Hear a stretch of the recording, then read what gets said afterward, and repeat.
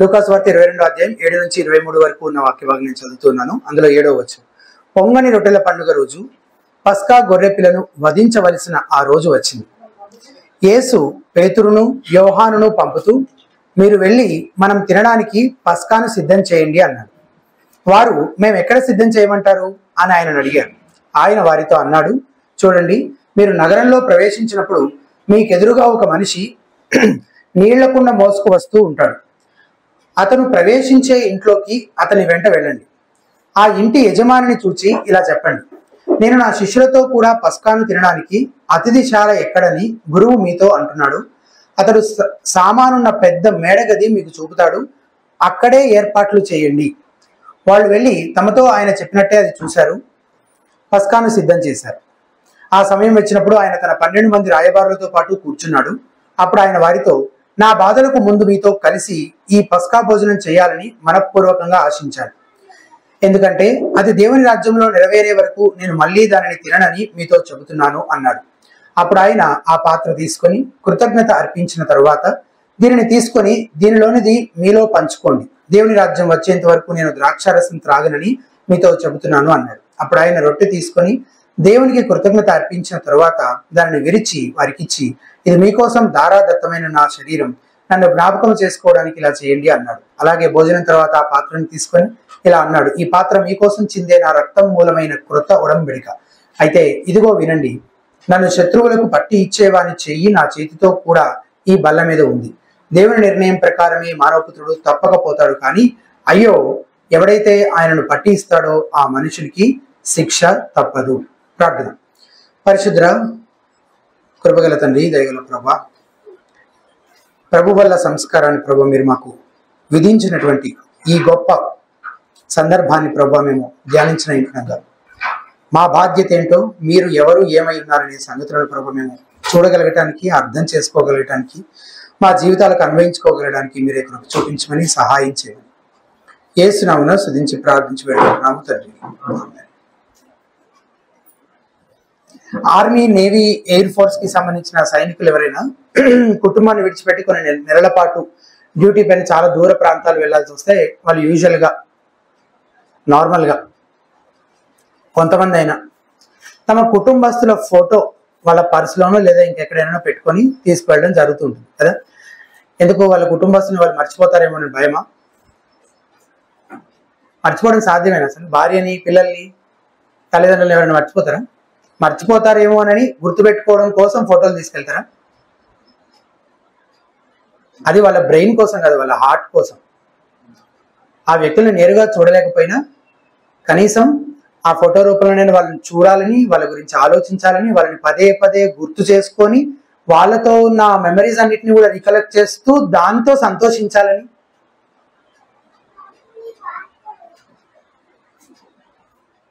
వాళ్ళతో గడిపిన ఆ మధురమైన సమయాలని జ్ఞాపకం చేసుకుంటుంటారు. ఒకవేళ ఆ వ్యక్తి క్రైస్తవుడైతే తమ కుటుంబస్తులను బట్టి దేవుణ్ణి స్తుతిస్తాడు, వాళ్ళ గురించి ప్రార్థన చేస్తుంటాడు, దేవుడు వారికి రక్షణను, కృపను అనుగ్రహించాలని వేడుకుంటూ ఉంటాడు. తిరిగి కలుసుకోవాలని ఆశిస్తూ వారితో తిరిగి సమయాన్ని గడిపే తరుణం కోసం ఎదురు చూసేలా ఆ ఫోటో అతను ఏం చేస్తుంటుంది? ప్రోత్సహిస్తుంటుంది. ఆ ఫోటో అతని ఇమోషన్స్ ఎట్లా పనిచేయాలనే విషయంలో చాలా కీలకమైన పాత్ర పోషిస్తుంది. అలాగే మన ప్రభు అయిన యేసుక్రీస్తు ప్రభు వారు కూడా మనల్ని విడిచి వెళ్ళేటప్పుడు మనకు కూడా ఆయనను జ్ఞాపకం చేసుకోవడం కోసము ఒకటి విడిచిపెట్టి వెళ్ళాడు. ఏంటది? వారం వారం మనం కూడా ఆగి దాని వైపు చూసేలా దాన్ని విధించాడు, దాన్ని నియమించాడు. ఏంటది? ప్రభు బల్ల, లార్డ్స్ టేబుల్. దానిని ఆచరిస్తున్నప్పుడల్లా సిలువలో ఆయన అత్యున్నతంగా మన ఎడల కనపరిచిన గొప్ప ప్రేమను మనం జ్ఞాపకం చేసుకోవాలి, ఆయనకు కృతజ్ఞతలు చెల్లించాలి. మరలా ఆయన రెండవసారి రావాలని, ఆయనను ఎప్పుడెప్పుడు చూద్దామా అనే కోరిక చేత మన హృదయాలు నింపబడాలి. మనం నిరీక్షణతో ఎదురు చూసేలా మన మనస్సు ప్రోత్సహించబడాలి.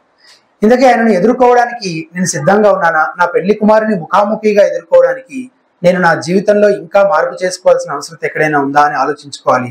క్రీస్తునందు దేవుడు మనకు అనుగ్రహించిన ప్రతి ఆశీర్వాదాన్ని బట్టి ఆయనకి కృతజ్ఞతలు చెల్లించే వారంగా ఉండాలి. ఈ రోజు మన ప్రసంగాంశం అదే. ఏంటది? గొర్రెపిల్లను జ్ఞాపకము చేసుకొనుడి. ప్రభు బలను సమీపించినప్పుడు గొర్రెపిల్లను జ్ఞాపకం చేసుకోండి. మనం చదివిన ఈ వాక్య భాగంలో నుండి ఒక 3 సత్యాలను నేను మీ దృష్టికి తీసుకురావాలని ఇష్టపడుతున్నాను. అందులో మొదటిది, యేసే దేవుని ప్రణాళికను నెరవేర్చే సార్వభౌమ గొర్రెపిల్ల. యేసే సాంగ్ షీట్ లో ఉంది. యేసే దేవుని ప్రణాళికను నెరవేర్చే సార్వభౌమ గొర్రెపిల్ల.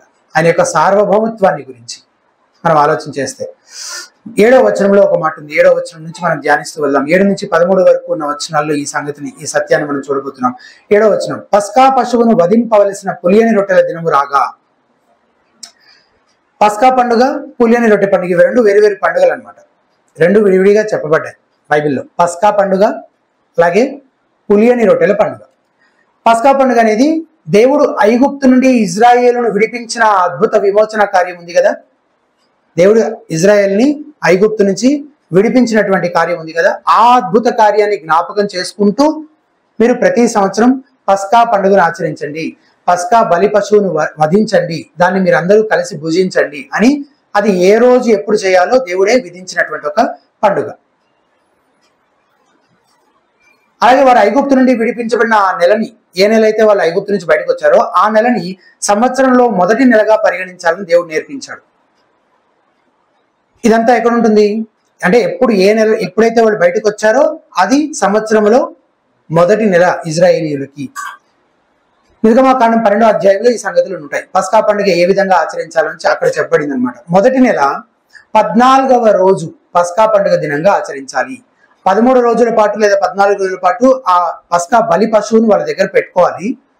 ఆ 14వ రోజున దాన్ని ఏం చేయాలి, పస్కా పండుగ దినాన దాన్ని వధించాలి లేదా బలి ఇవ్వాలి. ఆ పస్కా పండుగ దినాన్ని 14వ రోజున ఆచరించాలి.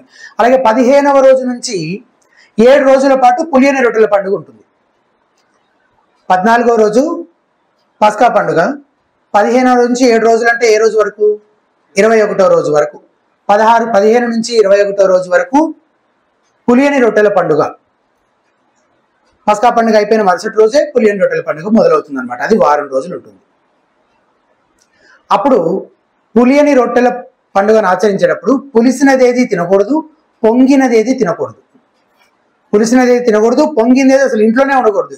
ఈస్ట్, పులియడానికి ఉపయోగపడే ఈస్ట్ ఏదైతే ఉంటుందో దాని తాలూకాది ఏది అసలు ఇంట్లోనే ఉంచుకోకూడదు. సరే, ఇంతవరకు బాగానే ఉంది.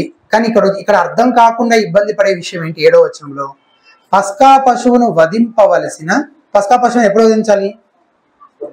14వ రోజున వధించవలసిన పులియని రొట్టెల దినము రాగా. అదేంటి, పస్కా అయిపోయిన తర్వాత కదా పులియని రొట్టెల పండుగ మొదలయ్యేది.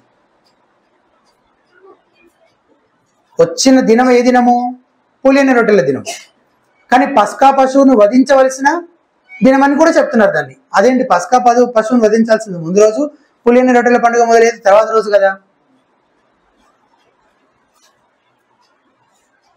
ఈ మాటలు కొంచెం కన్ఫ్యూజన్గా అనిపించవచ్చు కదా. కానీ ఈ మాటలు చదువుతూనే రెండు ఒకే రోజు అనే భావం వస్తుంది. కానీ రెండు ఒక రోజులాగా లేవు పాత నిబంధనలో. ఇప్పుడు నేను దాన్ని అర్థం చేసుకోవడానికి ఇంకొక వాక్య భాగం చదివి వినిపిస్తాను వినండి. నిర్గమకాండం 12వ అధ్యాయంలో 18-19 వచనాలు. మొదటి నెల 14వ దినము సాయంకాలము మొదలుకొని, మొదటి నెల 14వ దినము సాయంకాలం మొదలుకొని, 14వ రోజు ఏ రోజు ఏంటని చెప్పాను? పస్కా పండుగ అని చెప్పాను. ఆ రోజు సాయంత్రం మొదలుకొని ఆ నెల 21వ దినము సాయంకాలం వరకు మీరు పులియని రొట్టెలను తినవలెను. అంటే ఇక్కడ అసలు మనం అర్థం చేసుకోవాల్సిన ఒక విషయం ఏంటంటే, యూదుల లెక్క ప్రకారము day begins in the evening. వాళ్ళ లెక్కలన్నీ సాయంత్రం నుంచి సాయంత్రం వరకు ఉంటాయి అన్నమాట.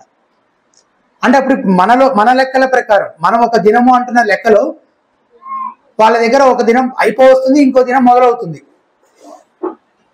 పస్కా పండుగ ఆ రోజే అవుతుంది, ఆ రోజే సాయంత్రం నుంచి పులియని రొట్టెల పండుగ కూడా మొదలవుతుంది. సో 14వ రోజు సాయంత్రమే పులియని రొట్టెల పండుగ ప్రారంభమైపోతుంది. ఆ రోజు మధ్యాహ్నమే పస్కా బలి పశువును వధించేస్తారు. ఆ రోజు సాయంత్రం పులియని రొట్టెల పండుగ స్టార్ట్ అయిపోతుంది. మంచి కాంబినేషన్ కదా, రోటీ విత్ రోస్టెడ్ మీట్. ఆఫ్టర్నూన్ బలి ఇచ్చారు, ఈవినింగ్ కి పులియని రొట్టెల పండుగ స్టార్ట్ అవుతుంది. సో అదే ఇప్పుడు యేసుప్రభు వారు కూర్చొని పూజిస్తున్నారు అనమాట. శిష్యులు ముందుగానే వెళ్ళి ఏర్పాటు చేసింది ఆ మీల్ని. కాబట్టి మన లెక్కల ప్రకారం మనం ఆలోచిస్తున్నాం కాబట్టి మనం కన్ఫ్యూజ్ అవుతున్నాం. కానీ వాళ్ళ లెక్క ప్రకారం డే స్టార్ట్స్ విత్ ఈవినింగ్, సాయంత్రంతో రోజు మొదలవుతుందని గుర్తుపెట్టుకుంటే కన్ఫ్యూజన్ లేదు. కానీ ఒకప్పుడు ఛాయగా ఉన్న ఈ పండుగ, పాత నిబంధనలో ఛాయగా మాత్రమే ఉన్న ఈ పండుగ. ఈ పండుగ అంతట్లో ఛాయగా ఉన్నది ఏంటి? ఆ వధించబడే గొర్రెపిల్లే. కానీ నిజంగా అల్టిమేట్ గా వధించబడబోయే గొర్రెపిల్ల ఎవరు? యేసుక్రీస్తు ప్రభువారు. కాబట్టి యేసుక్రీస్తు ప్రభువారు తర్వాత ఈ పండుగ మళ్ళీ ఆచరించాల్సిన అవసరం ఉందా? లేదు. ఎందుకు? నిజమైనది ఇప్పుడు మన మధ్యనే ఉంది కాబట్టి ఛాయ దాన్ని ఇంకా మనం వెంబడించాల్సిన అవసరము లేదు. దాని తాలూకా విషయాలు పాటించాల్సిన అవసరము లేదు. ఈ పండుగ సరిగ్గా యేసుక్రీస్తు ప్రభువారు శిలువపై తనను తాను అర్పించుకోవడం ద్వారా సరిగ్గా పస్కా ఆచరించే అదే సమయానికి నిజమైన నిర్దోషమైన గొర్రెపిల్లగా యేసు ప్రభువారు నిజమైన పస్కాగా ఆయన అర్పించబడటం ద్వారా ఆ పండుగ నెరవేరిపోయింది. గాడ్స్ పర్ఫెక్ట్ టైం టేబుల్లో అది నెరవేరినట్లుగా మనము చూస్తున్నాం కదా. ఇది పస్కా సమయము. అలాగే నిజమైన ఆ అల్టిమేట్ పాస్ ఓవర్ ల్యాంబ్, ఆ నిజమైన అంతిమ పస్కా బలి పశువుగా అర్పించబడబోయే యేసు ప్రభువారు ఈ పస్కా పండుగ ఆచరించే సమయానికే ఎగ్జాక్ట్ గా ఆయన అర్పించబడటం అనేది అది దేవుని యొక్క సార్వభౌమ ప్రణాళికను అనుసరించి జరిగిందని మనం అర్థం చేసుకోవాలి. అలాగే 8వ వచనం నుంచి కూడా దేవుని సార్వభౌమత్వం గురించి మనం కొన్ని విషయాలు ఇంకా చూస్తాం. 8 నుంచి 13 వరకు ఉన్న విషయాలు ఒకసారి చూద్దాం. చూడండి. యేసు పేతురును యోహానును చూచి, మీరు వెళ్ళి మనము భుజించుటకై పస్కాను మన కొరకు సిద్ధపరచునని వారిని పంపారు. ఎవరెవరిని? పేతురును యోహాను. వారేం చేశారు? మేము ఎక్కడ సిద్ధపరచుకోరుచున్నామని ఆయనను అడిగారు. ఆయనేమో, ఇదిగో మీరు పట్టణంలో ప్రవేశించినప్పుడు నీళ్ల కుండ మోసుకొని పోవు ఒకడు మీకు ఎదురుగా వచ్చును. సరే, ఎలాంటి సైన్స్ ఇస్తున్నారు కదా. తర్వాత అతడు ప్రవేశించి ఇంటిలోనికి అతని వెంట వెళ్ళి భయపడి ఉంటాడు, వీళ్ళెవరు నన్ను ఫాలో అవుతున్నారు, నేను నా శిష్యులతో కూడా పస్కాను భుజించుటకు విడిది గది ఎక్కడనని బోధకుడు నేను అడుగుచున్నాడని ఇంటి యజమానితో చెప్పుడి. సో డైలాగ్ ఏం చెప్పాలో కూడా క్లియర్ గా చెప్పారు. అతడు సామాగ్రిగల యొక్క గొప్ప మేడగది మీకు చూపించును. ఎన్ని సైన్స్ ఉన్నాయి కదా ఇక్కడ. కుండ మోసుకొని పట్టణము కుండ మోసుకొని వెళ్ళేవాడు. తర్వాత అతను నువ్వు ఇట్లా చెప్తావు, నువ్వు చెప్పిన దాన్ని ఖచ్చితంగా అతను ఏం చేస్తాడు? సామానున్న మిద్దె మీద గదే చూపిస్తాడు. చూపించి దాన్ని నీ ఇన్విటేషన్ నువ్వు ఏదో రిక్వెస్ట్ చేస్తున్నావు దాన్ని యాక్సెప్ట్ చేస్తాడు, నీకు గది ఇస్తాడు. అక్కడ మీరు ఏం చేయాలి? సిద్ధపరచాలి. ఈ పస్కా భోజనం మనం భుజించడానికి ఏర్పాట్లు చేసి సిద్ధపరచాలి అని వారితో చెప్పాను. 13వ వచనం, వారు వెళ్ళి ఆయన తమతో చెప్పినట్టు కనుగొని పస్కాను సిద్ధపరచరి. యేసు ప్రభు వారి సర్వజ్ఞత అంటే ఆయనకి సమస్తము తెలుసు. జరగబోయేవి కూడా ఎలా, ఎప్పుడు, ఎక్కడ జరగబోతున్నాయో ఖచ్చితంగా తెలిసినటువంటి సర్వజ్ఞుడు మన ప్రభువు. ఎప్పుడు ఏం జరగబోతుందో సమస్తము ఆయనకు ముందుగానే తెలుసు అనే సత్యం ఈ సంఘటన ద్వారా నిర్ధారించబడుతుంది. అలాగే అంతేకాకుండా ఆయన సార్వభౌమ అధికారం కూడా నిరూపించబడుతుంది. ఇదంతా జరిగిన విషయం ఆయనకు తెలుసు అనేది మాత్రమే కాదు, అలా జరగాలని నిర్ణయించిందే ఈయన, అలా జరగాలని నియమించిందే ఈయన. He is actually controlling the events. మనుషుల మనసులను, రాజుల మనసులను సైతం పరిస్థితులన్నింటినీ నియంత్రిస్తూ ఆయన చిత్తం ఎలా జరగాలో అది మాత్రమే జరిగేలాగా నడిపిస్తున్నది, నియంత్రిస్తుంది, నియమించింది ఎవరు? ఆయనే. అదేదో దానంతటది జరుగుకుంటూ వెళ్ళిపోయింది. ఈయన భవిష్యత్తులోకి తొంగి చూసి ఇవన్నీ తెలుసుకోగలిగే సామర్థ్యం ఈయనకు ఉంది కాబట్టి ఈయన తెలుసుకున్నాడు కాదు. ఎస్, ఈయనకు తెలుసా అంటే తెలుసు. ఎట్లా తెలుసు ఈయనకి? జరిగిపోయినవి తొంగి చూసి తెలుసుకుంటున్నాడు ఆయన కాదు. అవి అలా జరగాలని నియమించిందే ఈయన కాబట్టి ఈయనకు తెలుసు భవిష్యత్తులో ఏం జరుగుతుందో. ఆయన సార్వభౌమ అధికారాన్ని సూచిస్తోంది. ప్రభు పస్కా ఇక్కడ ఆచరిస్తాడంట. గది సిద్ధపరచమని మమ్మల్ని పంపించాడు. ఆ గది ఎక్కడ అని శిష్యులకు కానీ ఆ గది వారి కోసం ఇవ్వడానికి ప్రభువును ఆయన శిష్యులను తన ఇంట్లో చేర్చుకోవడానికి వెంటనే అంగీకరించినట్లు మనము చూస్తున్నాం. బహుశా వారి ప్రభు చేత ఏదైనా మేలు పొందారేమో ఎప్పుడైనా గతంలో, లేదా యేసుప్రభు వారు శిష్యులు యేసుప్రభు వారు ఆయన శిష్యులు ఊరూరా తిరుగుతూ సువార్త ప్రకటిస్తున్నప్పుడు విశ్వాసులుగా మారిన వారేమో వీరు, లేదా అప్పటికప్పుడే దేవుడు అద్భుత రీతిలో వారి హృదయాలను ఆ పని కోసము సహకరించేలా సిద్ధపరిచి కూడా ఉండొచ్చు. అసలు కాడికి అలవాటు పడని గాడిదనే ఆయన లోపరుచుకోగలిగిన యేసు ప్రభు వారు ఆయన ఒక మనిషిని ఒక మాట చెప్పగానే అతను ఆ మాట వినడం పెద్ద ఆశ్చర్యం కలిగించే విషయమేమి అది. ఈ సంఘటన ఆయన సార్వభౌమ అధికారాన్ని సూచిస్తుంది. దీన్ని బట్టి శిలువ కార్యంతో సహా సమస్తము, ప్రతి చిన్న విషయము దేవుడు నిర్ణయించిన విధంగానే జరుగుతుంది. ఆయనే సమస్తాన్ని, పరిస్థితులను, వ్యక్తులను నియంత్రిస్తూ తన చిత్తాన్ని నెరవేర్చుకునేటువంటి గొప్ప దేవుడు మన దేవుడు. చాలాసార్లు పరిస్థితులు మన చేయి దాటి వెళ్ళిపోతున్నట్టు అనిపిస్తుంటది కదా. ఎన్నిసార్లు మనం టెన్షన్ పడుతుంటాం, ఎన్నిసార్లు ఆందోళన చెందుతుంటాం కదా. చాలా వరి, అరే ఇప్పుడు ఎట్లా, కొన్ని మాటలు వినంగానే అరే రే ఎట్లా, ఇప్పుడు కొన్ని పరిస్థితుల గురించి తెలియగానే ఇప్పుడు నేనేం చేయాలి, దీని గురించి ఇమ్మీడియట్గా వచ్చే ఆలోచన, ఇప్పుడు నేనేం చేయాలి దీని గురించి. నేను అది చేయాలా, ఇది చేయాలి, ఇట్లా చేస్తే ఏమవుతుంది, అట్లా చేస్తే ఏమవుతుంది, వాళ్ళని అడగాల, వీళ్ళని అడగాల. చాలా సార్లు చాలా టెన్షన్ అయిపోతుంటాం మనం కదా. కానీ జ్ఞాపకం ఉంచుకోండి, నీ పరిస్థితులు నిన్ను ఆశ్చర్యపరచవచ్చేమో కానీ ప్రభువుని ఏది ఎవ్వరూ ఆశ్చర్యపరచలేరు. ఆయనే ప్రతిదానిని నియమించాడు, ఆయన కంట్రోల్ కిందే ఉన్నాయి సమస్తము అని మనం నిజంగా విశ్వసిస్తే మనం అసలు దిగులు చెందాల్సిన అవసరమే. చూడండి, నేను చాలాసార్లు చెప్తుంటాను ఈ మాట. మనమే యేసయ్య చేతిని పట్టుకున్నాం అనుకో, యేసయ్య ఏమంటున్నాడు, యేసయ్య కూడా ఇట్లానే అన్నాడు అనుకో, నువ్వు నా చేయి పట్టుకో, నేను నిన్ను నడిపిస్తాను, నువ్వు నాతో పాటు నడు, నువ్వు నా చేయి పట్టుకుంటే నేను నిన్ను నడిపిస్తాను, నువ్వు నాతో పాటు నడవచ్చు అని చెప్పాడు అనుకో. అంతకంటే దారుణమైన విషయం ఇంకొకటి ఉండదు. ఎందుకో తెలుసా? నువ్వు వదిలేస్తావు, కానీ గొప్ప సత్యం ఏంటంటే నిన్ను ఆయన చేతిని పట్టుకోమని నేను చెప్పట్లేదు, ఆయనే నీ చేయి పట్టుకున్నాడు. ఆయన ఎన్నటికీ విడిచిపెట్టనని చెప్పాడు. ఎవ్వరూ నిన్ను నా చేతి నుంచి అపహరించలేడని చెప్పాడు, ఈవెన్ అపవాది సైతం. ఎంత గొప్ప వాగ్దానం కదా. ఎందుకు ఇంకా టెన్షన్ పడాలి? మన రక్షణ సైతం ఆయన చేతిలోనే ఉంది. అంతం వరకు మనల్ని ఆయన నడిపిస్తాడు. మనం నశించిపోకుండా ఖచ్చితంగా నిత్య జీవాన్ని మనకి అనుగ్రహించిన ఆయన మనల్ని నిత్య భద్రతను మనకు అనుగ్రహిస్తూ ఉన్నాడని మనకు తెలుస్తుంది. సో ఈ లోకంలో ఉన్న పరిస్థితులైనా ఆత్మీయ సంగతులైనా అన్ని ఆయన నియంత్రణ కిందే ఉన్నాయన్న సత్యము మనల్ని నిజంగా ఎంతో గొప్ప ఆదరణ కలిగించేటువంటి విషయం. అండ్ ఆయన్ని ఏది ఆశ్చర్యపరచలేదు. అటువంటి దేవుడు మనకున్నాడు. ఆయన సార్వభౌమత్వాన్ని మనం నమ్మాలి, దానిపైన మనం ఆనుకోవాలి. మనకు నిజంగా ఆదరణ కలిగించేది ఏదైనా ఉందంటే అది ఆయనే. ఆయన ఎవరో ఏమై ఉన్నాడో ఆ సత్యమే మనకు నిజమైన శాంతిని, సమాధానాన్ని ఇస్తుంది. మొత్తానికి శిష్యులు పస్కాని సిద్ధపరిచారు, వెళ్ళారు, సిద్ధపరిచారు. అంటే పశువును దేవాలయానికి తీసుకొని వెళ్ళి యాజకులు దాన్ని బలిగా అర్పించిన తర్వాత దాన్ని తీసుకొని వచ్చి కుక్ చేసి మీల్ రెడీ చేసి టేబుల్ సిద్ధపరిచారు. రెండవ విషయం మనం ధ్యానించినటువంటి రెండవ సత్యం, యేసే పాపుల కోసం ఇష్టపూర్వకంగా తన ప్రాణాన్ని అర్పించిన గొర్రెపిల్ల. ఇష్టపూర్వకంగా, ఎవరి బలవంతం చేత కాదు. ఈయనే స్వతహాగా తన ప్రాణాన్ని పెట్టాడు. ఎవరి కోసం? పాపుల కోసం. 14వ వచనం నుంచి ఉన్న మాటలు. ఆ గడియ వచ్చినప్పుడు, ఏ గడియ? సిద్ధపరచమని యేసుప్రభువు చెప్పిన ఆ గడియ. అది వచ్చినప్పుడు ఆయనయు ఆయనతో కూడా అపోస్తలులను పంక్తిని కూర్చుండిరి. టేబుల్ దగ్గర చుట్టూ అందరూ కూర్చున్నారు. అప్పుడు ఆయన, నేను శ్రమ పడక మునుపు, శ్రమ అంటే దేని గురించి మాట్లాడుతున్నాడు? సిలువ గురించి మాట్లాడుతున్నాడు. నేను సిలువ వేయబడక మునుపు మీతో కూడా ఈ పస్కాను భుజింపవలని మిక్కిలి ఆశపడితిని. అది దేవుని రాజ్యంలో నెరవేరే వరకు ఇక నెన్నడును దాన్ని నేను భుజింపనని మీతో చెప్పుచున్నాను వారితో చెప్పి ఆయన గిన్నె ఎత్తుకొని కృతజ్ఞత స్తుతులు చెల్లించి, మీరు దీనిని తీసుకొని మీలో పంచుకునుడి, ఇక మీదట దేవుని రాజ్యం వచ్చే వరకు నేను ద్రాక్షారసం త్రాగనని మీతో చెప్పుచున్నాను.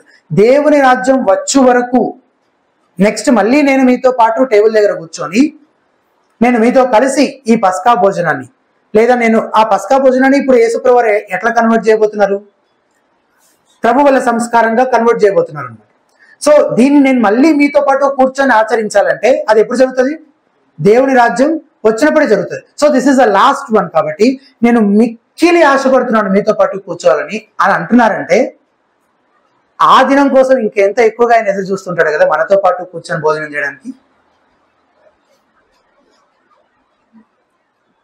మిక్కిలి ఆశపడ్డాను. అండ్ ఈ మాటలు చదువుతున్నప్పుడు అసలు దేవుని రాజ్యం, రాబోయే దేవుని రాజ్యం అంటూ ఏది లేదు, ఇదే దేవుని రాజ్యం అని వాదించే వాళ్ళందరూ అసలు దీనికి ఏం ఎక్స్ప్లెనేషన్ ఇస్తారు? స్వయంగా యేసుప్రభువు మళ్ళీ వచ్చేంత వరకు నేను మీతో కూర్చొని మళ్ళీ తినే అవకాశం ఇంకా పరిస్థితి అట్లాంటిది ఉండదు అని యేసుప్రభువు చెప్తున్నారు. అంటే మళ్ళీ రాబోయేది ఏదో ఉంది, అప్పుడు అందరం కలిసి కూర్చుంటామని ఇంత స్పష్టంగా చెప్పిన వాక్య భాగాలన్నింటినీ ఎంతో దారుణంగా వక్రీకరిస్తే తప్ప అసలు ఇప్పుడు మళ్ళీ వచ్చే రాజ్యం ఏది లేదు, ఇదే రాజ్యం అని అనాల్సి వస్తుంది. కానీ చాలా స్పష్టంగా ఆయన రాబోతున్నాడు, మరలా మనం ఆయనతో పాటు ఆ టేబుల్ చుట్టూ కూర్చొని మనం ఆయనతో పాటు ఆ విందులో పాల్గొంటాము అనేది నిజంగా ఎంతో సంతోషకరమైన, ధన్యకరమైన విషయం.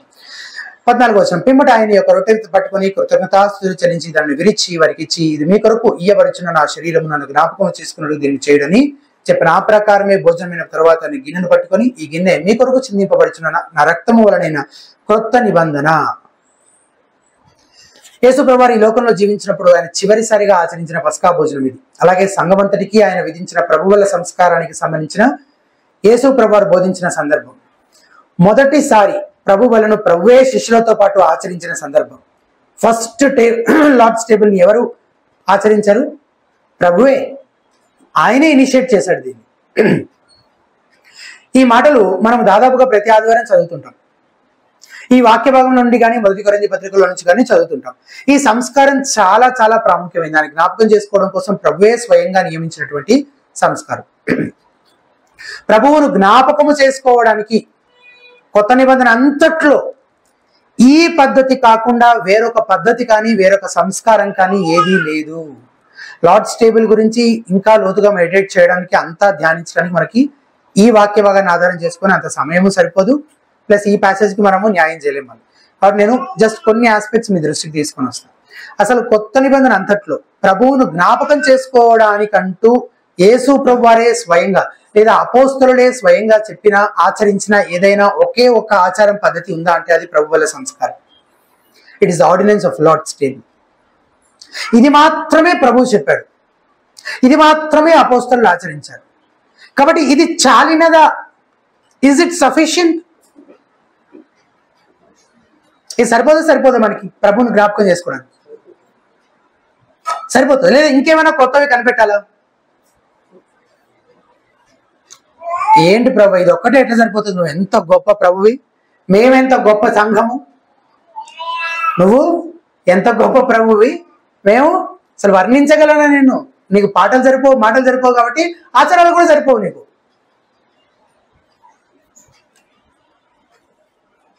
నీకోసం మేము కొత్త కొత్త ఆచారాలు, కొత్త కొత్త పండుగలు కనిపెడతాం ప్రభువా అంటూ ఎందరో బయలుదేరారనమాట చరిత్రలో.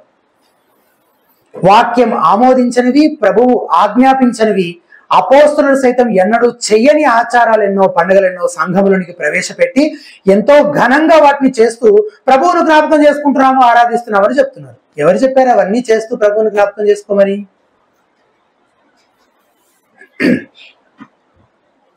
ఇట్లా చేస్తున్న వాళ్ళంతా ఇండైరెక్ట్ గా ఏం చెప్తున్నారంటే ప్రభువు నియమించిన ఈ ఆచారం ఇది మాకు సరిపోదు, ఇట్ ఈస్ నాట్ సఫిషియంట్. ఇది సరిపోతే వేరొకటి కల్పించాల్సిన అవసరం లేదు, అండ్ కల్పించకూడదు కూడా. దేవుడు నియమించిన వాటికి ఇంకా కొత్తగా జత చేసే అధికారం నీకెవరిచ్చారు? నా పుట్టినరోజు చేయండి అని యేసుప్రభు గారికి ఏం చెప్పాడా?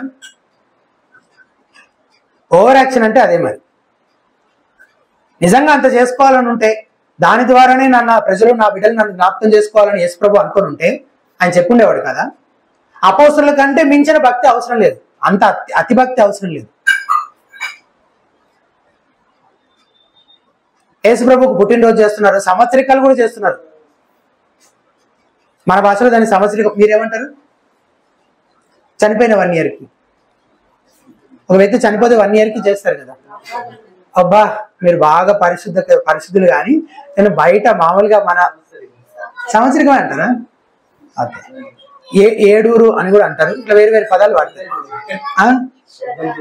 శ్రద్ధ.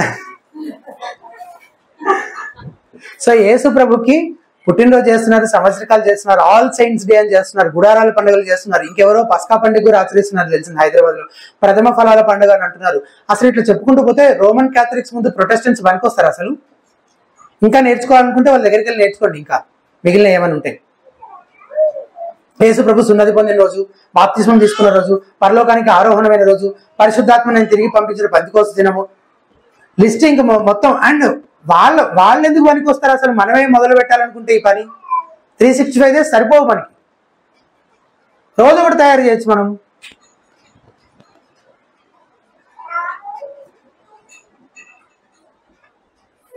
అవన్నీ చేయమని ప్రభు చెప్పాడా అనేది ఒకటే ప్రశ్న. చెప్పలేదు. ప్రభు చెప్పిన దానికి క్రైస్తవులు ఎంత విలువిస్తున్నారు, చెప్పని దానికి ఎంత విలువిస్తున్నారు. ఇప్పుడు పోల్చి చూడండి. క్రిస్మస్ ఘనంగా నిర్వహించబడుతుందా? ప్రభు వల్ల సంస్కారం నిజంగా భక్తి శ్రద్ధలతో నిర్వహించబడుతుందా?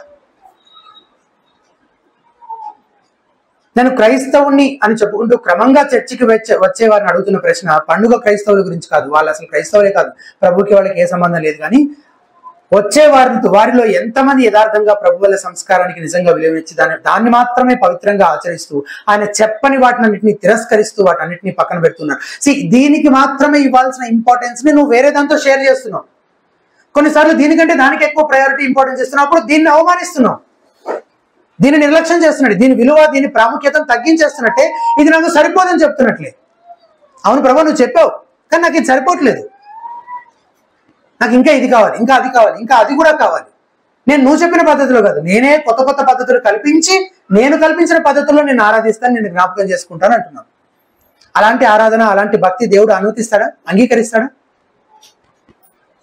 మనలో చాలా మంది కూడా ఆదివారం కూడి వచ్చి ప్రభువుల్లో పాల్గొనడం, తోటి విశ్వాసులతో సహవాసం చేయడం, వాక్యాన్ని విని దాని చేత తృప్తిపరచబడడం, ఇవన్నీ మీకు ఒక పండగలాగా ఒక సెలబ్రేషన్ లాగా నిజంగా అనిపించట్లేదంటే అప్పుడు నిజంగా ఏదో సమస్య ఉంది. ఇది మీకు నిజంగా సరిపోవట్లేదంటే if this is not filling your hearts with joy, లేదు ఇది కాదు ఇంకా ఏదో కావాలని నువ్వు అంటున్నావు అంటే దర్ ఇస్ సంథింగ్ రాంగ్. ఇంకా అది చేయట్లేదు ఇది చేయలేకపోతున్నామని నీకు అనిపిస్తుంది, ఎక్కడో సమస్య ఉంది. ప్రభు నియమించిన వాటికి ఇవ్వాల్సినంత విలువ నువ్వు ఇవ్వట్లేదేమో. ఇస్తే చేయొద్దని చెప్పిన వాటిని చెయ్యడానికి కాదు, చెయ్యొద్దని చెప్పిన వాటిని చేయడానికి కాదు, చెయ్యాలనే కోరిక కూడా నీలో క్రమంగా కనుమరుగైపోతుంది. దాన్ని కూడా పూర్తిగా తిరస్కరిస్తావు. దాన్ని ఆచరించలేకపోతున్నానని బాధపడటం కాదు, ఆచరించే వాళ్ళని చూసి బాధపడతావు. అరే వాళ్ళు ఎక్కడో మనుషులు కల్పించిన ఆచారంలో పడి కొట్టుకెళ్ళిపోతున్నారే. వాక్యము యేసు ప్రభు అపోస్తలులను నియమించని వాటిని చెప్పని వాటిని వాటిట్లోనే ఆనందిస్తూ వాటిని బట్టి అతిశయిస్తూ వాటిని ఘనంగా జరుపుకుంటూ అసలైన దాన్ని వాళ్ళు నిర్లక్ష్యం చేస్తున్నారే అని బాధ అనిపిస్తుంది అనమాట. వాళ్ళు చేసేవో నువ్వు చేయట్లేదని బాధపడటం కాదు, వాళ్ళు చేస్తున్నారని నీకు బాధ కలుగుతుంది. ప్రభు పస్కాను ఎందుకు ఆచరించమని చెప్పాడని ఇందాక చెప్పాను కదా నేను, ఏంటది? ఆయనను జ్ఞాపకము చేసుకోవడం కోసం. అదే పస్కా నియమించిన అదే కారణం, ప్రభు వాళ్ళని నియమించడానికి అదే కారణం. ఎందుకు? జ్ఞాపకము చేసుకున్నట్టుకు. ఇది జరుగుతున్నప్పుడు మీ పిల్లల్ని అడుగుతారు. ఇది చేస్తున్నప్పుడు దేవుడు ఇజ్రాయెల్ ప్రజలతో చెప్పిన మాట, మీరు పస్కాను ఆచరిస్తున్నప్పుడు మీ పిల్లలు మీరు ఎందుకు ఇది చేస్తున్నారు? ప్రతి సంవత్సరము 14వ రోజున ఎందుకు ఈ పస్కా బలి పశువుని మీరు అర్పిస్తున్నారు? ఆ రోజు సాయంత్రము పులియని రొట్టెల పండుగల్లో భాగంగా ఆ పస్కా బలి పశువుని భోజనంగా అందరూ కూర్చొని ఎందుకు తింటున్నారు? ప్రతి సంవత్సరం ఎందుకు చేస్తున్నారు? అమ్మ నాన్న ఎందుకు చేస్తున్నారు? ఇది మనం ఎందుకు చేయాలి అసలు అని అడిగినప్పుడు మీరు చెప్పండి. ఏమని? ఒకనాడు మన పితరులందరూ ఐగుప్తు దేశంలో బానిసలై ఉండగా మనల్ని విడిపించిన ఆ యెహోవా దేవుడు మన దేవుడు, ఆ దేవుడే ఆయనను జ్ఞాపకం చేసుకోవడం కోసమే దీనిని ఆచరించమని ఆయనే విధించినటువంటి ఒక పండుగ దినం ఇది, అందుకే మనం ఆచరిస్తున్నాము అని. ఎగ్జాక్ట్ గా that is the only reason ఆయనను జ్ఞాపకం చేసుకోవడం కోసం. సంఘములో మనం ఇది ఆచరిస్తున్నప్పుడు మన పిల్లలు చూస్తున్నా, బయట నుంచి ఎవరైనా వచ్చిన వాళ్ళు చూస్తున్నా, ఎందుకు దీన్ని మీరు ఆచరిస్తున్నారు అని అడిగితే మనం ఏం చెప్పాలి? మమ్మల్ని మా ప్రభువు తన రక్తాన్ని చిందించి తనను తాను అర్పించుకొని మమ్మల్ని విమోచించాడు అని వాళ్ళ విమోచన గురించి జ్ఞాపకం చేసుకొని వాళ్ళకి చెప్పాడు, మన విమోచన గురించి జ్ఞాపకం చేసుకొని దాన్ని ప్రచురించమని. జస్ట్ బై మియర్ ప్రాక్టీస్, మనం ప్రాక్టీస్ చేస్తుండడంతో మీరు స్వార్థ ప్రకటించిన వాళ్ళు అవుతారు, దేవుని రాజ్యాన్ని ప్రచురపరిచిన వాళ్ళు అవుతారని కొరింథీ పత్రికలో పౌలు చెప్తున్నాడు కదా. మన నోటి మాట ద్వారా ప్రచురించడం గురించి కాదు అది. కొరింథీ పత్రికలో మనం ప్రతిసారి చదివే ప్యాసేజ్లో ఆయన మరణం గురించి మీరు ప్రచురించుదురు, మరణం గురించి ప్రచురించుదురు అంటే మనం నోటితో మాట్లాడే చెప్పేది అనుకుంటాం మనం, కానీ సందర్భం ఏంటి? ప్రభు వలను పాటించడం గురించి. సో అక్కడ ప్రభు వలను పాటించడం ద్వారానే నువ్వు ప్రకటిస్తున్నావు ఏంటంటే ఆ శిలువలో బలి అయిన ఆయనే నా కొరకు, నా పాపముల కొరకు శిలువలో బలి అయినాడు, నన్ను విమోచించాడు అని చెప్పి నువ్వు చెప్పకనే చెప్తున్నావు. అండ్ అడుగుతారు వాళ్ళు, నువ్వు చెప్పు. అలా నువ్వు ఆయనని జ్ఞాపకం చేసుకోవడం కోసమే దీన్ని ఆచరించాలి. ప్రభువుల సంస్కారాన్ని దేవుడు నియమించమని ఉన్న ఉద్దేశము అదే. అందుకే ఈ సంస్కారాన్ని పాటించడం ద్వారా ప్రభు వచ్చే వరకు ఆయన మరణాన్ని మీరు ప్రచురిస్తారు అని అపోస్తలుడైన పౌలు చెప్పాడు. ఎంతో భక్తి శ్రద్ధలతో, ఎంతో గౌరవంతో మనం ఈ పని చేయాలి. కానీ నేటి క్రైస్తవులు దీన్ని ఎంతో నిర్లక్ష్యంగా ఆచరిస్తారు. ప్రభు చెప్పని వాటిని ఎంతో భక్తి శ్రద్ధలతో ఘనంగా ఆచరిస్తున్నట్టు కనబడుతుంది. మీరు అలా చేయకుండా జాగ్రత్త పడండి. ఈ సంస్కారానికి కొన్ని మూఢనమ్మకాలు కూడా తగిలించారు చాలా మంది. ఏంటవి? ఇది ఒక ప్రసాదం లాంటిదని, ఇది తింటే అనారోగ్యాలు పోతాయని, అందులోనే ఏదో మహిమ శక్తి ఉందని, దురాత్మల నుంచి విడుదల పొందడానికి ఇది తినడం సహాయం చేస్తుందని, ఇట్లా ఇంకెన్నో కల్పిస్తూ వచ్చారు. కానీ వాక్యంలో ఇలాంటివి ఏవి చెప్పబడలేదు. క్రైస్తవులు యోగ్యంగా ఆచరించకపోతే క్రమశిక్షణలో భాగంగా చెప్తున్నాడు వినండి. క్రైస్తవులు దీన్ని యోగ్యంగా ఆచరించకపోతే క్రమశిక్షణలో భాగంగా రోగం వస్తుందని చెప్పాడు పౌలు. ఇంకా కఠినంగా శిక్షించాలనుకుంటే చంపేస్తాడు కూడా. మీలో కొందరు నిద్రించి ఉన్నారు. ఏ కారణం చేత? అయోగ్యంగా, అంటే నీ లోపల పాపం పెట్టుకొని నీ సహోదరుడి పట్ల కక్ష, ద్వేషము, సంఘాన్ని చీల్చే విధంగా, ఐక్యతను భంగపరిచే విధంగా నువ్వేదో పాపం చేస్తూ దాంట్లోనే కొనసాగుతూ నన్ను ఒప్పుకొని విడిచిపెట్టకుండా ఈయనే నా ప్రభువు అని నువ్వు ప్రభు బలలో, నా కోసం చనిపోయిన ప్రభువు ఈయనే అని అయోగ్యంగా ఆయన బలలో నువ్వు పొందితే నీకు రోగం వస్తుంది. ఇంకా కఠినంగా దేవుడు శిక్షించాలనుకుంటే నేను చంపేస్తాడు. సో ఇది తింటే రోగం పోవడం కాదు, అయోగ్యంగా పాటిస్తే రోగం వస్తుంది. ఎట్లా చెయ్యమని చెప్పాడో, ఎలా పాటించమని చెప్పాడో అలాగే పాటించాలి అనేది ఒక విషయం అయితే, అసలు రోగం పోతుంది అనే ఒక మూఢ భక్తి దానికి తగిలించారనమాట.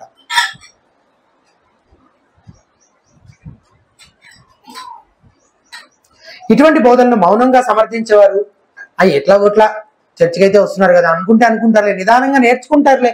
ఈ నిదానంగా నేర్చుకుంటారులే అనే మాట చాలా మంది సేవకుల దగ్గర నేను వింటున్నప్పుడు వీళ్ళకి నేర్పించే ఉద్దేశం లేదు, నేర్చుకునే ఉద్దేశం లేదు, ఇది ఇలాగే కొనసాగుతుంది. కానీ ఊరికే చెప్తారు అట్లా, నిదానంగా నేర్చుకుంటారు, మెల్లిగా నేర్చుకుంటారు. లేదు బ్రదర్, నువ్వు చెప్పండి ఎట్లా నేర్చుకుంటారు బ్రదర్?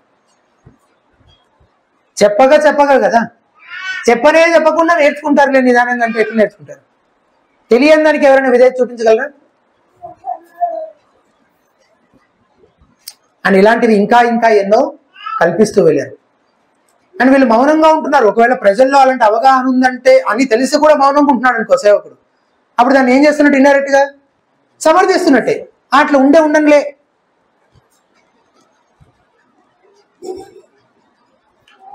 కానీ వాక్యం ఇలాంటివి ఏవి చెప్పట్లేదు. క్రైస్తవులు యోగ్యంగా ఆచరించకపోతే నీకు రోగం వస్తుంది, ఇంకా ముందుకు పోతే మరణం కూడా వస్తుంది.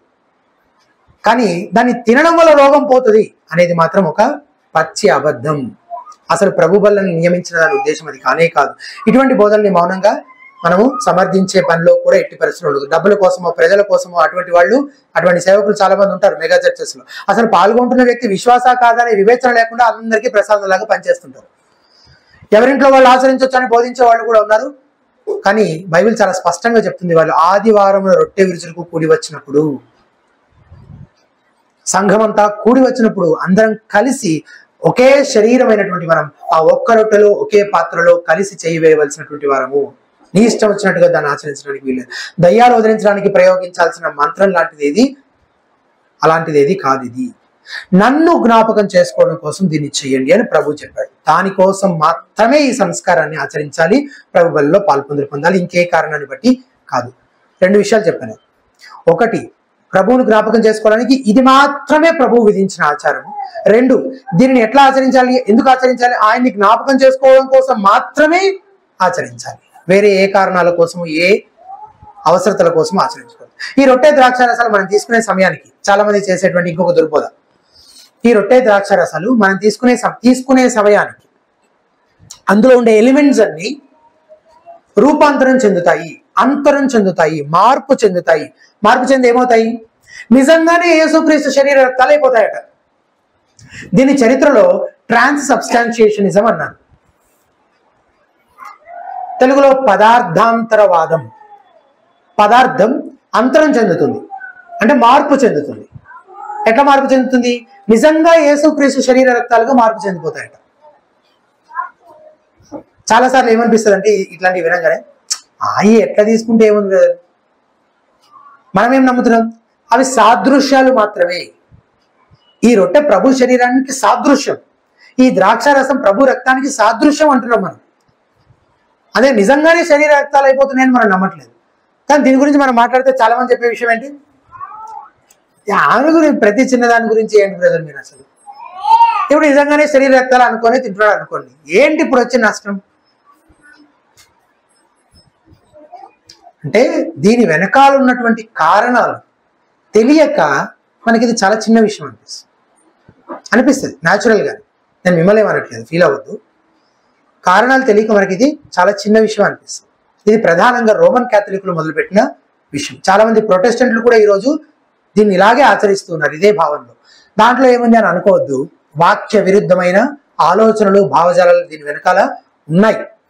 ఇది నా శరీరం. ఒక చిన్న లాజిక్ చెప్తాను దీన్ని మొత్తం రిజాల్వ్ చేయడం కోసం ఫస్ట్, తర్వాత ఎందుకు చేయకూడదో కూడా చెప్తాను.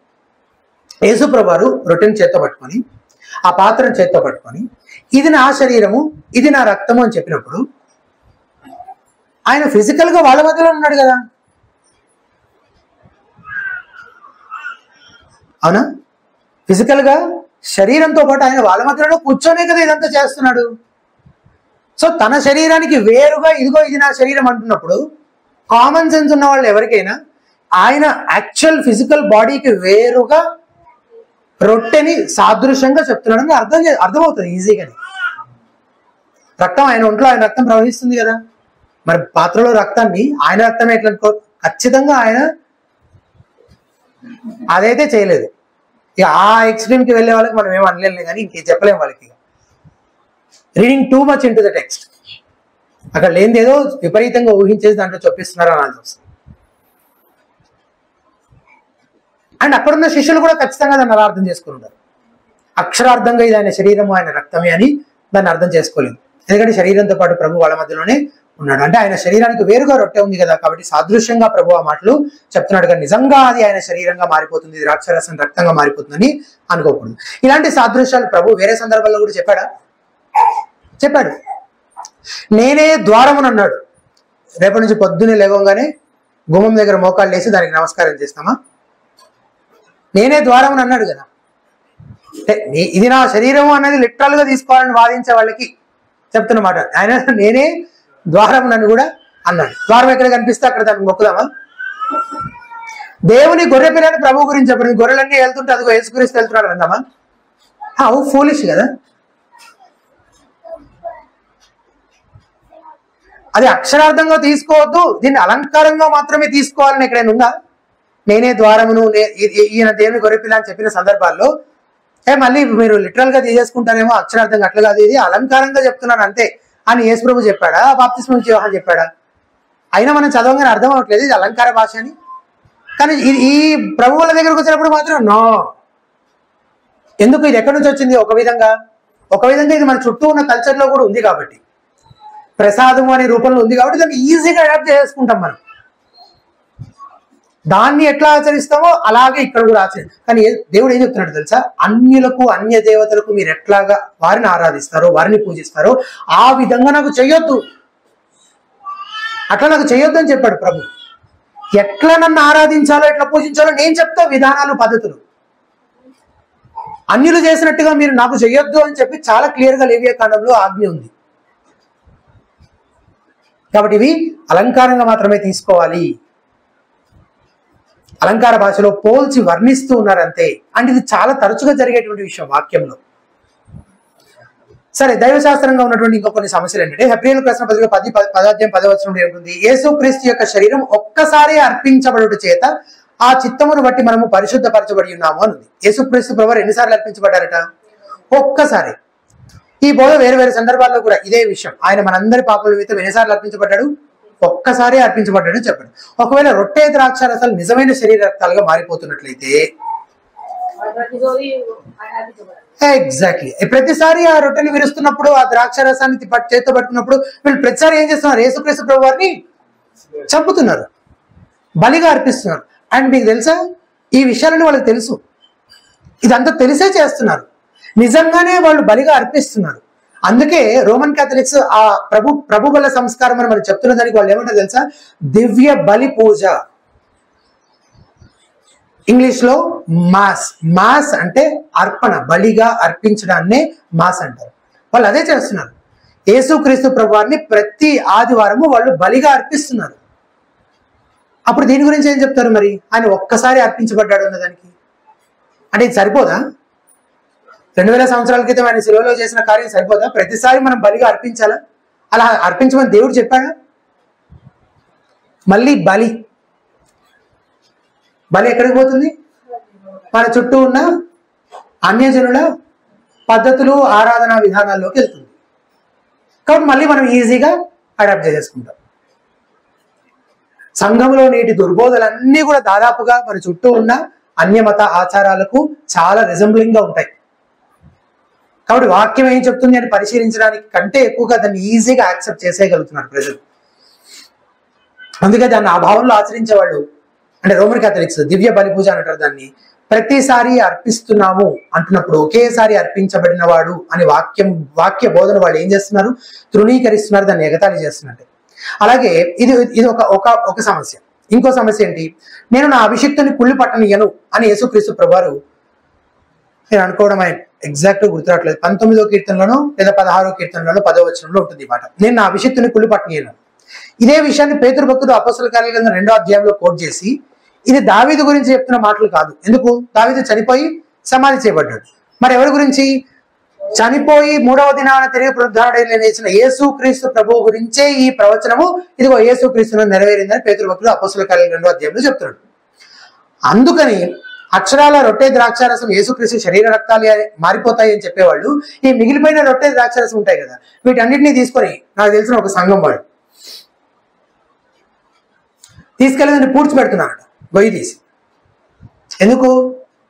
ఇవి యేసుక్రీస్తు ప్రభువారి శరీర రక్తాలు. అప్పుడు నేను అడిగే ప్రశ్న ఏంటంటే, 3వ దినాన తిరిగి లెగవాలి కదా మరి కదా.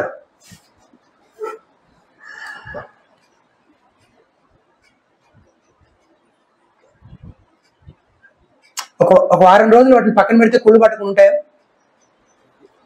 ఖచ్చితంగా కుళ్ళిపోతాయి, పడే. అప్పుడు యేసుక్రీస్తు ప్రభువారి గురించి చెప్పిన ఈ వాగ్దానం సంగతి ఏంటి? అంతే, అది సాదృశ్యం అని అంటే తప్ప నేను రైజ్ చేసే ఈ కన్సర్న్స్ అన్నిటికీ సమాధానము ఉండదు. చివరిగా మత్తయి ఇంకొక కన్సర్న్ రైజ్ చేస్తాను. మత్తయి 5వ అధ్యాయంలో ధర్మశాస్త్రం నిన్న ప్రవక్తల వచనం కొట్టివేయడానికి నేను రాలేదు కానీ నెరవేర్చడానికి వచ్చానని ప్రభు చెప్పాడు కదా. ఒక్క పొల్లైనా సరే తన నుంచి తప్పిపోదు, సున్నా కూడా తప్పిపోదు అని చెప్పాడు. ఖచ్చితంగా నెరవేరుతుంది అని నేను కూడా నెరవేర్చడానికే వచ్చానని చెప్తున్నాడు. మరి ధర్మశాస్త్రంలో రక్తం తినకూడదనే నియమం ఉంది కదా, కొత్త నిబంధనలో కూడా ఉంది కదా అపోస్తల కార్యాల గ్రంథంలో.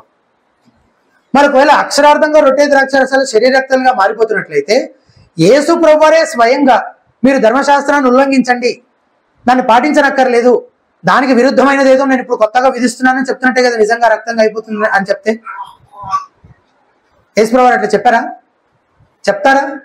నెవర్.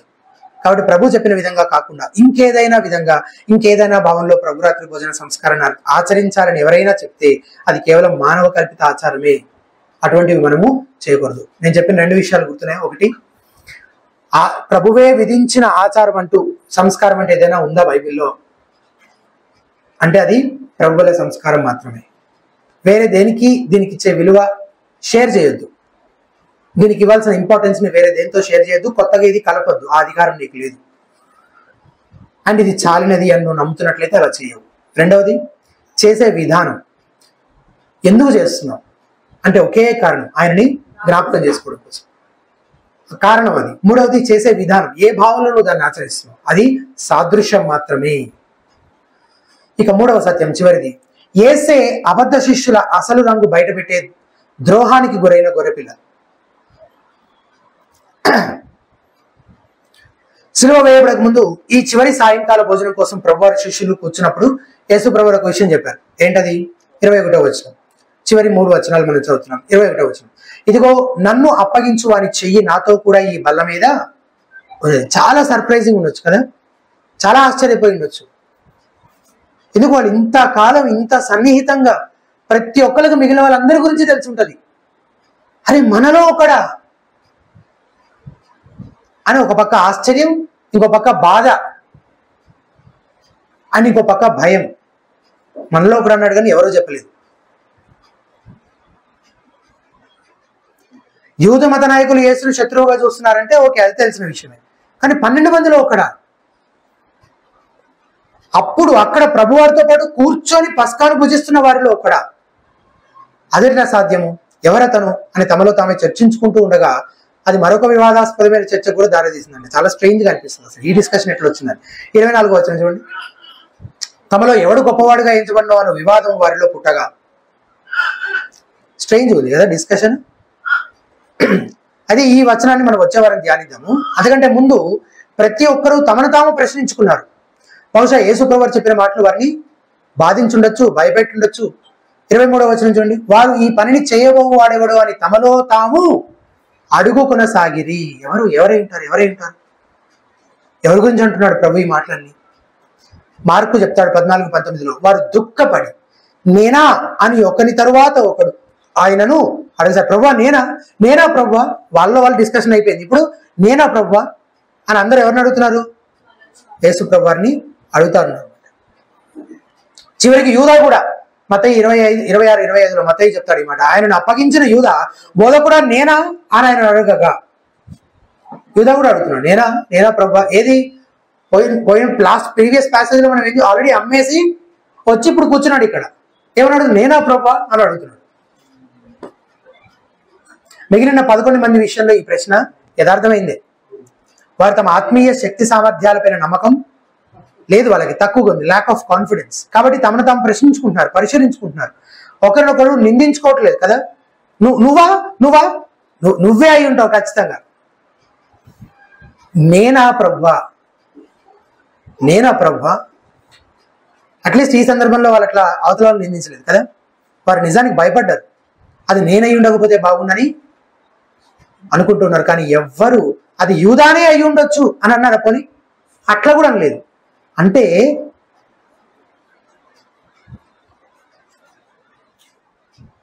తానేనేమో అన్నట్లుగా నేనే ప్రభువా అని ప్రభువుని అడుగుతున్నారు, కానీ యూదానేనా అని ఎవరు అనట్లేదు. అంటే దాన్ని బట్టి ప్రభువారు యూదాని కూడా అందరితో పాటు సమానంగానే చూశాడని చెప్పడానికి ఎంత మంచి నిదర్శనం ఇది.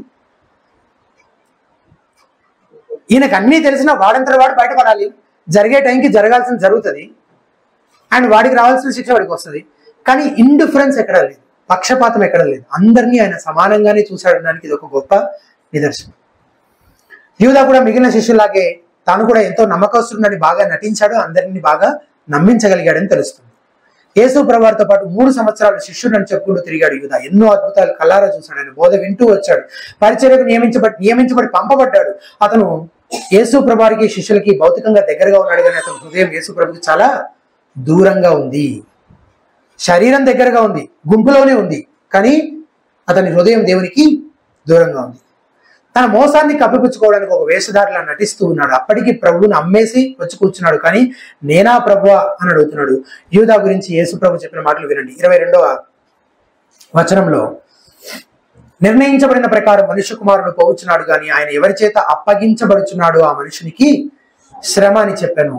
యూదా గురించి మరొక భయంకరమైన మాట శ్రమ అనే ఒక మాట ఇక్కడ చదువుతున్నాం. ఇంకో భయంకరమైన మాట యేసు ప్రభువు చెప్పినట్టు మత్తయి రాశాడు 26-24లో, ఆ మనుషుడు పుట్టి ఉండని ఎడల వానికి మేలని చెప్పాను. అసలు వాడు పుట్టకపోయి ఉంటేనే బాగుండేది. వేరొక సందర్భంలో వాడికి నాశనపుత్రుడు అని పేరు పెట్టబడిందని చదువుతాం. వాడి స్థలానికి వాడు పోయాడు అని కూడా చెప్పబడింది. ఏంటా స్థలం? నరకం. అతని కలగబోయే నిత్య శిక్షను ఉద్దేశించి యేసు ప్రభువు ఈ మాటలు చెప్తున్నాడు. ఆ మనుషుడు పుట్టి ఉండని ఎడల వానికి మేలని చెప్పాను. మీ హృదయాలు మీరు పరిశీలించుకోండి. మీరు నిజంగా యేసు ప్రభుని వెంబడిస్తున్నారా? వెంబడించడం అంటే ఏంటి అనేది అర్థం చేసుకోవాలి. యూదా కూడా యేసు ప్రభుతో పాటే ఉన్నాడు, గుంపులోనే ఉన్నాడు, 3.5 సంవత్సరాలు ఉన్నాడు. అందరూ విశ్వాసాన్ని నమ్మారు. అందరినీ మోసగించడం సాధ్యమైన ప్రభువు తప్ప సాధ్యమే. చర్చలో ఉన్న వాళ్ళందరినీ మోసగించవచ్చు, అందరినీ మభ్యపెట్టచ్చా పాస్టర్ గారితో పాటు? ఖచ్చితంగా. యూదా ఆ పని చేయగలిగాడు, ఎవరైనా ఆ పని చేయగలరు. చర్చికి వచ్చినంత మాత్రాన శిష్యుడు అయిపోదు, బాప్తిస్మం తీసుకున్నంత మాత్రాన సరిపోదు, ప్రతిరోజు బైబిల్ చదివినంత మాత్రాన సరిపోదు, కానుకలు క్రమంగా సమర్పణతో ఇచ్చినంత మాత్రాన కూడా సరిపోదు, పరిచర్య చేసినంత మాత్రాన సరిపోదు, ప్రభు బలలో పాలు పొందుతున్నంత మాత్రాన కూడా సరిపోదు. నువ్వు నిజంగా మారు మనసు పొందావా? నీ బ్రతుకు నిజంగా మారిందా? యేసు ప్రభుని రక్షకుడిగా ప్రభువుగా అంగీకరించావా? నీ జీవితాన్ని ప్రభు అయిన యేసుకు అప్పగించి ఆయననే వెంబడిస్తున్నావా? ఆయన చెప్పిన విధంగానే బ్రతుకుతున్నావా? ఒకవేళ నువ్వు వేరే దేనికోసమైనా యేసును కాదనుకుంటే అప్పుడు యూదా చేసిన పని నువ్వు చేస్తున్నావు. అతని గురించి యేసు ప్రభు చెప్పిన మాటలే నీకు వర్తిస్తాయి. ఆ మనుషుడు పుట్టి ఉన్న వానికి మేలని చెప్పారు. ఈ మాటలు యూదాకు మాత్రమే పరిమితం కాదు సుమా. యూదాకే పరిమితం అనుకుంటాం మనం, పుట్టి ఉండని ఎడ్ల మేలు అనే మాట. కాదు కాదు కాదు కాదు. ఎవరైతే యేసు ప్రభువును రక్షకుడిలా అంగీకరించకుండా తమ జీవితాలను ఆయనకు సమర్పించకుండా ఉంటారో వారందరికీ కలగబోయే పర్యవసానం ఒక్కటే. ఏంటది? నరకం. కాబట్టి వారందరి విషయంలో ఇటువంటి వర్ణన సరిగ్గా సరిపోతుందా? ఖచ్చితంగా సరిపోతుంది. వాళ్ళు పుట్టుండకపోతేనే మేలు. ఈ మాటలు భయాన్ని పుట్టించే విధంగా చెప్పబడ్డాయి, రాయబడ్డాయి. నిజంగానే మనం భయపడాలి. చదివేవాడు నిజంగా దేవుని ఏర్పాట్లో ఉన్న వ్యక్తి అయితే ఏం చేస్తాడు? ప్రభువా, నేను నిన్ను నమ్ముకుంటాను, నేను నిన్ను వెంబడిస్తాను, నీకే నా జీవితాన్ని అర్పించుకుంటానని ఆయన చెంతకు వచ్చి ఆయననే హత్తుకుంటాడు. ప్రభు తట్టుకు తిరుగుతారు. కానీ ప్రభువుకు వ్యతిరేకంగా తిరుగుబాటు చేయాలనుకునే వారు ఏం చేస్తారు? సాకులు చెప్తారు. అలా సాకులు చెప్పుకుంటూ వాళ్ళు ఎక్కడికి పోతారు? నరకానికి పోతారు.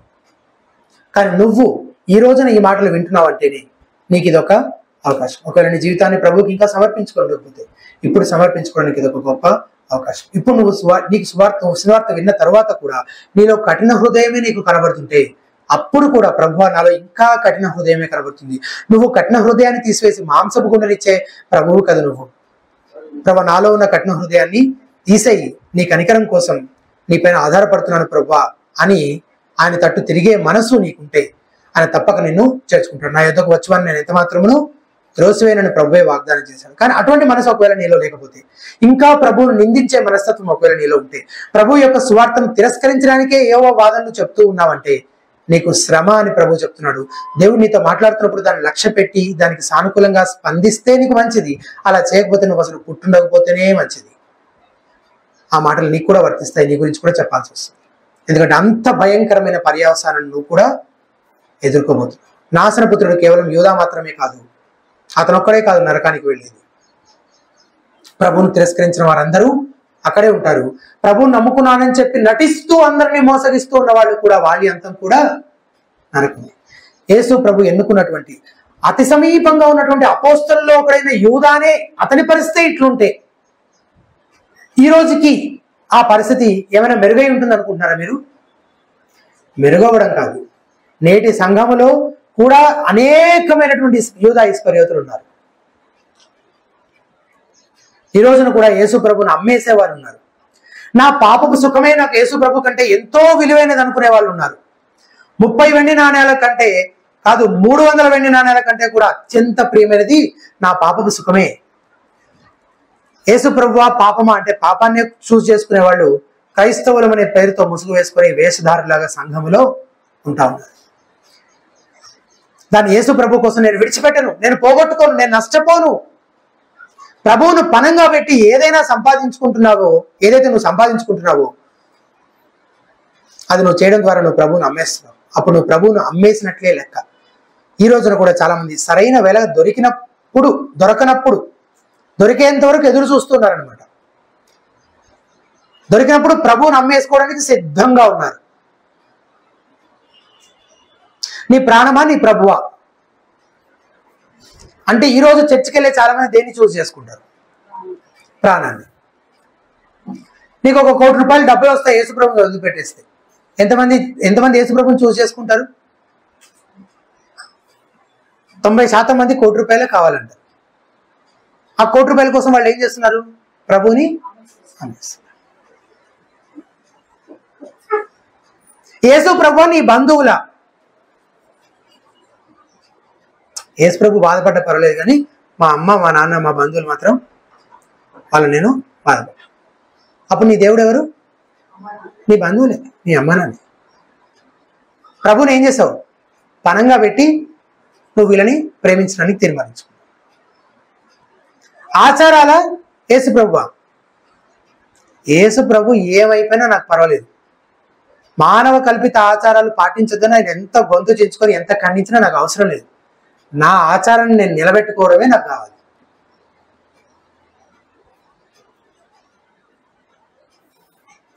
ఇంకా ఈరోజు ఇంకా కొంతమంది అసలు రంగు బయటపడలేదు. ఎందుకు అనంటే ఇంకా వాళ్ళకు కావలసినంత వేళ దొరికే సందర్భం, అవకాశం ఇంకా రాలేదన్నమాట. They are just waiting. అది వచ్చినప్పుడు ఏం చేస్తారు? వాళ్ళు ప్రభుని. అందుకే యేసు ప్రభు చాలా స్పష్టంగా ఏం చెప్పారు? ఎవడు నిజంగా నా శిష్యుడు, ఎవడు నిజంగా నాకు పాత్రుడు అంటే తన తల్లిదండ్రుల కంటే నన్ను ఎక్కువగా ప్రేమించేవాడు,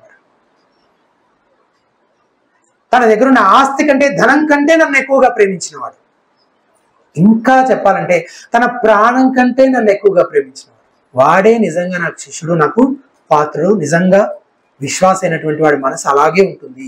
అన్నింటికంటే అందరికంటే ఎక్కువగా ప్రభువునే ప్రేమించేవాడిగా ఉంటాడు. ఈ రోజున రిజర్వేషన్స్ కోసం ప్రభువుని అమ్మేసుకున్న వాళ్ళు లేరా? పేరు కోసం, కెరియర్ కోసం, బంధుత్వాల కోసం, గుర్తింపు కోసం, లాభం కోసం దేవుణ్ణి అమ్మేసుకునే వాళ్ళు నేటికి అనేకులు ఇస్కరియోతు యూదాలు మన సంఘాలలో కూడా ఉంటున్నారు. ఆ జాబితాలో మీరు లేకుండా చూసుకోండి. నిజంగా మీరు మారుమనసు పొందారా? మీ బ్రతుకులు ఏంటో మీరు పరిశీలించుకోవాల్సిందిగా ప్రభు పేరట విజ్ఞప్తి చేస్తూ ముగిస్తాను నుంచి ప్రార్థన చేసుకుందాం. దయచేసి తరలి వంచండి. ఇంతవరకు మనం విన్న మాటలు జ్ఞాపకం చేసుకుందాం. మన ప్రభువు ఆయన సార్వభౌముడై ఉన్నాడు అని వాక్యం చెప్తుంది. నిజమే, దేవుని ప్రణాళిక ఎంత ఖచ్చితంగా, ఆయన ప్రతి మాట ఎంత ఖచ్చితంగా నెరవేరుతుందో దాన్ని మనం ఆలోచన చేస్తున్నప్పుడు కేవలం ఆయన భవిష్యత్తు తెలుసని మాత్రమే కాదు, కానీ ప్రతిదానిని ఆయనే నియమిస్తున్నాడు, నియంత్రిస్తున్నాడు అని తెలుస్తున్నప్పుడు మన పరిస్థితుల్లో మన ఆలోచనల్ని, మన ప్రణాళికల్ని ఎంతలా ఆయనకు సమర్పించుకోవాలి. కానీ ఎన్నిసార్లు మనం చింతిస్తూ, బాధపడుతూ, మనమే ఏదో చేసేయాలని తాపత్రయపడుతూ, సతమతం అయిపోతూ, కింద మీద అయిపోతూ, అవును ప్రభా, నువ్వు నిజంగా సార్వభౌముడిగా, అంతా నీ హస్తం కింద, నీ నియంత్రణ కిందే ఉంది, నేను ఇంకా చింతించను, నేను దిగులు పడను ప్రభువా, ప్రతి పరిస్థితిలో నీపైన ఆనుకుంటాను, నీపైన ఆధారపడతాను, నన్ను నేను నీకు సమర్పించుకుంటానని తీర్మానం చేసుకున్నాను. దేవా, నీకై నువ్వుగా స్వచ్ఛందంగా ఇష్టపూర్వకంగా నా కొరకు బలి అయినావు. అలా బలి అయ్యి దాన్ని జ్ఞాపకం చేసుకోవడం కొరకు, నీవెవరో ఏమయ్యున్నావో, నువ్వు మా కోసం ఏం చేసావో జ్ఞాపకం చేసుకోవడం కొరకు ప్రభువుల ఆ సంస్కారాన్ని మీరు నియమించారు. దాన్ని ప్రభువా, మీరు నియమించిన ఈ ఆచారానికి ఇవ్వాల్సినటువంటి ప్రాముఖ్యతను మేము ఇంకా వేరే దేనికి షేర్ చేయకుండా, కొత్తగా మేమేది కల్పించకుండా, కల్పించిన వాటిని ఆచరించకుండా, నీవెట్లా నేను జ్ఞాపకం చేసుకోమని చెప్పావో అలాగే, ఇవి సాదృశ్యాలని చెప్పావు, సాదృశ్యాలుగానే జ్ఞాపకం చేసుకోవడం కోసం మాత్రమే అని చెప్పావు, జ్ఞాపకం చేసుకోవడం కోసమే నిజంగా యోగ్యమైన రీతిలో భక్తి శ్రద్ధలతో దీనిని మాత్రమే నేను ఆచరిస్తాను ప్రభువా అని తీర్మానించుకుందాం. అలాగే నిజంగా అసలు ఇవన్నీ చేయాలంటే, ఇవన్నీ చెప్పింది శిష్యుల కోసం. నువ్వు అసలు ఆయన నిజంగా వివరించే శిష్యుడైనా? నేటి సంఘంలో అనేక ఇస్కరియోతు యూదాలు ఉన్నారు, వేషధారులా నటిస్తున్నారంతే. ఆల్రెడీ అమ్మేసి వచ్చి నేనా ప్రభు అంటున్నాడు. ఇక్కడున్న చాలా మందిలో కూడా నీ మనసు డబ్బుల పైన ఉంది, కెరియర్ పైన ఉంది, ఇంకేదో లాభాల పైన ఉంది. నీ బంధువులే నీకు ఆయన కంటే ఎక్కువగా ఇష్టమేమో, నీ తల్లిదండ్రులే ఆయన కంటే ఎక్కువగా నీకు ఇష్టమేమో, నీ ప్రాణము, నీ సుఖము, నీ పాపమే, నువ్వు ఇప్పటికీ ఏదైతే పాపంలో ఇంకా కొనసాగుతున్నావో అదే నీకు యేసు ప్రభు కంటే ఎక్కువ ఇష్టమని తెలుస్తోంది. దాన్ని నువ్వు విడిచిపెట్టనిది, పశ్చాత్తాపడిదని ఒప్పుకొని విడిచిపెట్టనిది, ఆ పాపమును విడిచిపెట్టనిది, యేసుక్రీస్తు ప్రభుకే ప్రథమ స్థానం ఇవ్వాలని తీర్మానించుకోనిది నిజంగా నువ్వు ఆయన వెంబడిస్తున్నట్లు కాదు. నీ బ్రతుకు నిజంగా మారిందా? ఆయన వాక్యం ఎలా చెప్తుందో, ఆయన ఎలాగ బ్రతకమని చెప్పాడు అలాగే నీ బ్రతుకు ఉందా? ఒకవేళ లేకపోతే అప్పుడు నువ్వు ఆయనకు శిష్యుడుగా అనిపించుకోవడానికి పాత్రుడు కాదు. నువ్వు మరో ఇస్కరియోతు యూదావంతే. అని నీ నాశనం నిత్య నరకమే. నీ గురించి కూడా నువ్వు పుట్టి ఉండకపోతే మేలు అని చెప్పాల్సి వస్తుంది. అటువంటి దారుణమైన భయంకరమైన స్థితిలో ఎవరు ఉండకుండా ప్రభువుకి ఈ దినమే, ఈ సమయమే మీ జీవితాన్ని సమర్పించుకోవాలని విజ్ఞప్తి చేస్తాం. ఈ సంగతులన్నీ తలపోసుకుంటాం. మళ్ళీ మనం సమర్పించుకుందాం, ప్రభుకి ప్రార్థన చేసుకుందాం.